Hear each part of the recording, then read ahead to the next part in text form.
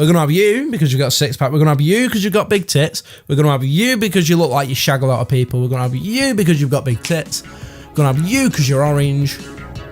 And you because you've got big tits.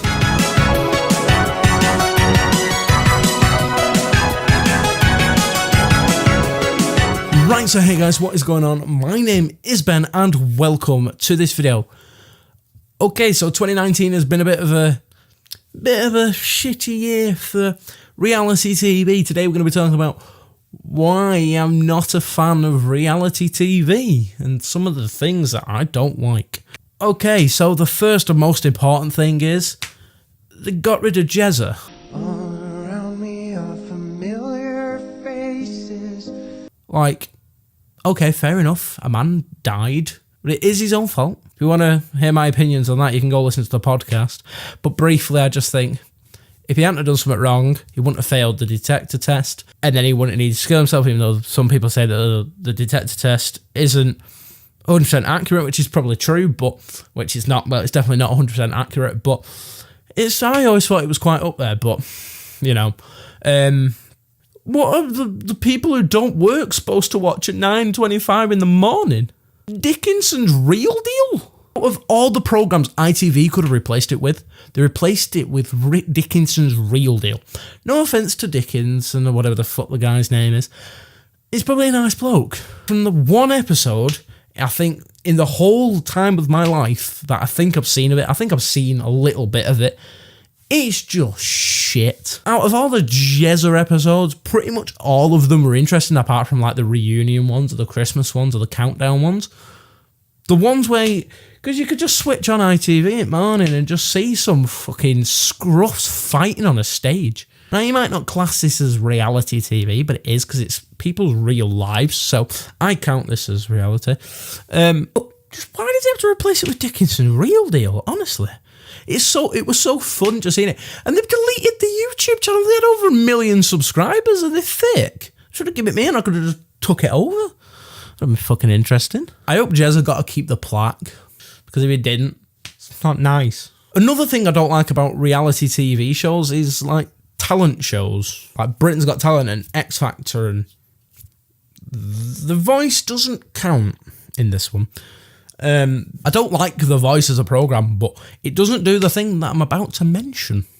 So, obviously, The Voice is done in a way where the judges are sat in the chairs and they can't see the performer, they can only hear it, and if they sound good, then they vote them in and they do things and all that from the couple of episodes of The Voice that I've seen in my life as well.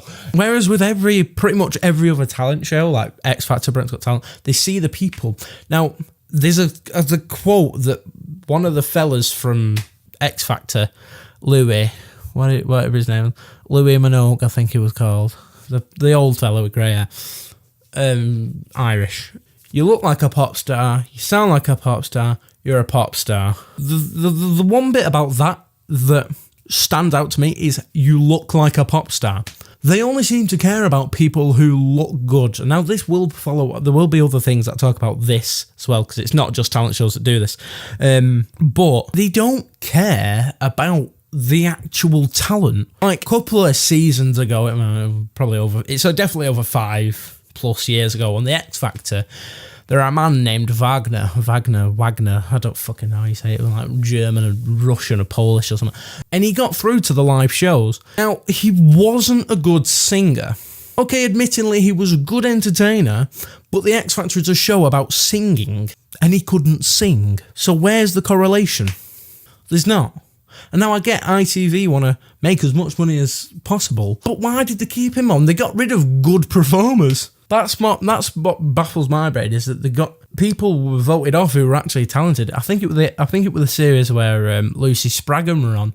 As to the best of my memory, because it's years ago, I don't really give a fuck, she got voted off and not him. Now, you might be thinking, yeah, but that's what the public wanted. It's not. The votes, when you vote for something, only 50% of the whole result, it's what the public want. The rest of it, Simon Cowell, Psycho Entertainment, do.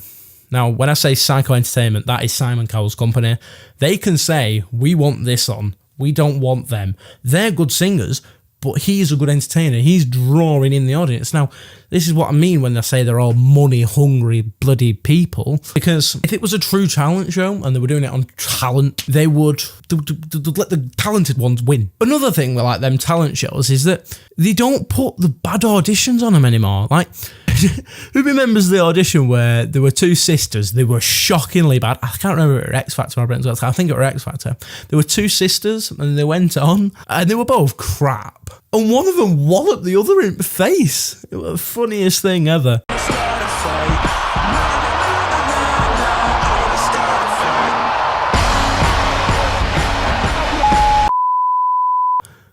You don't get anything like that. Obviously, they can't do the violence, but just funny auditions and stuff like that, especially for Britain's Got Talent, they just don't do the shit auditions anymore, and it's really annoying. That was the main reason why I used to watch it when I was younger.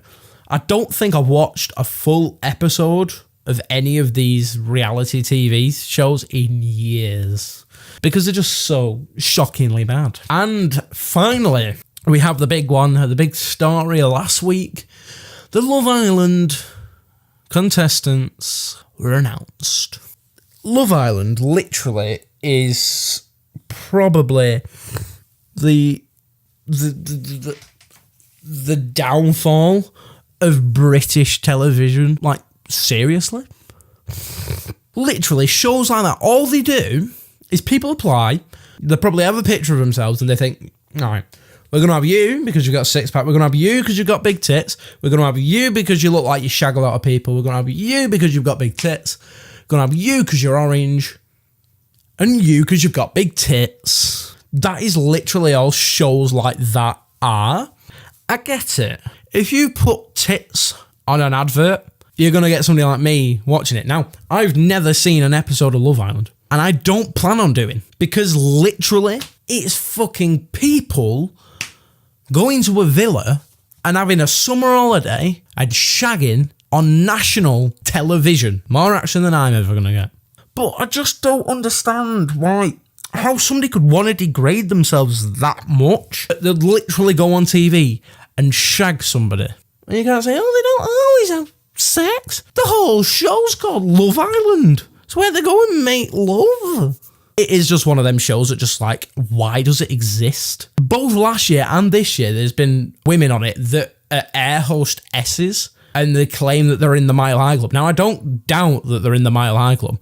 The Mile High Club, it means basically you have sex in a plane. I'm pretty sure if fucking Ryanair saw one of their members of staff on fucking TV, yeah, I shagged in the toilets with the passengers and I get paid for it and it's brilliant. I'm supposed to just see if they're okay, but I shag them because that is an excellent service that Ryanair provides. I really want to get a Ryanair flight now. It's just, imagine just being an employer and seeing them on there. Like there was a fella last year and he made pens. He worked for a pen company, so fucking Biro. Imagine if they'd seen it. He said, oh, they've got to keep me in a separate room because I rape all the women. He didn't say he rapes all the women, but he made it out as if he's a bloody rapist and he just has sex with all the women. Yeah, and you're telling everybody that you work for a pen company. The only pen company that comes to mind is bloody Bitter, bloody Pitt or whatever the fuck it is. Fucking Biro or something. Biro's a type of pen. I don't fucking know. I don't give a shit because I'm on about pens. But there's not very many companies that make pens, is there?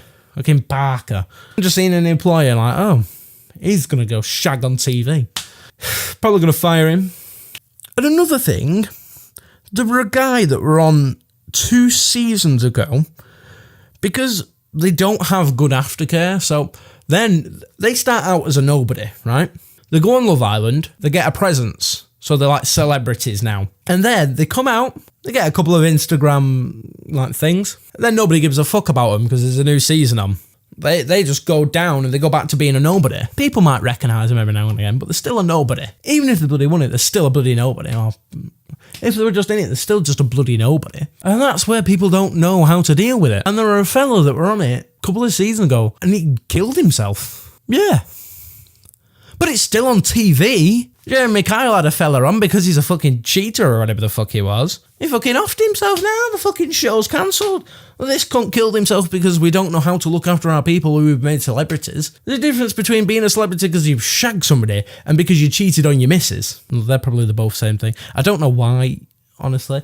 But I just think that If Jeremy Kyle's going to be cancelled, they should cancel Love Island. I'll tell you one thing. I would much rather watch every single episode of Jeremy Kyle, every single one, even the shitty bloody reunion ones, than watch a single minute of Love Island. And that is the god honest truth. Yeah. So the top and bottom of it is, I think it's a load of shit. Another thing I don't like about Love Island is that they'll never take somebody like me on because I'm fat. I definitely should just apply next year. I'll be old enough as well. Apply. Oh, Big Brother's not on anymore. That'd be good to go on. Yeah, I might apply next year just for fun of it. See what I get. No, you just get an email. Sorry, you've not been accepted. You're fat and ugly. Sick. Cheers. Okay, so I know this video is probably going to come across as I'm just bashing ITV. It's just not. It's just everything in general. It's all a bit shit. Not gonna lie. If there is anybody watching this, put Jezza back on air. That's all I ask. That's all I'll ever want from you. Please, just put him back on. No disrespect to anybody who does go on TV. In fact, massive props to anyone who goes on TV and shows himself off in a way. Just think about what you're doing before you do it, because especially if you're an ugly cunt, you're just not gonna get through. That's why I'm gonna apply to Love Island next year. It'd be fucking awesome. That they should do like a thing where they do like a spin-off and they do like ugly people. Don't steal my idea, and if you are stealing my idea, I won't pay him for it. Somebody's probably already suggested that to him, to be fair. But that would be quite interesting to see. Like, you have Love Island normal, and then Fugly Island, fucking 8 Island, Tramp Island, Blackpool. I've just called everyone in Blackpool a tramp. Not fucking wrong, is it? Anyway, I'm going to end this video here. If you did enjoy, be sure to turn over, leave me a big fat like on it. If you want to see more from me, be sure to subscribe. If you like this ring light and want me to bring it back, let me know. Though I don't. I ordered a new one, but it's not come, so fuck you, China. So yeah, I will see you in the next video. So yeah, I'm Ben, and I'm signing off. Round 2.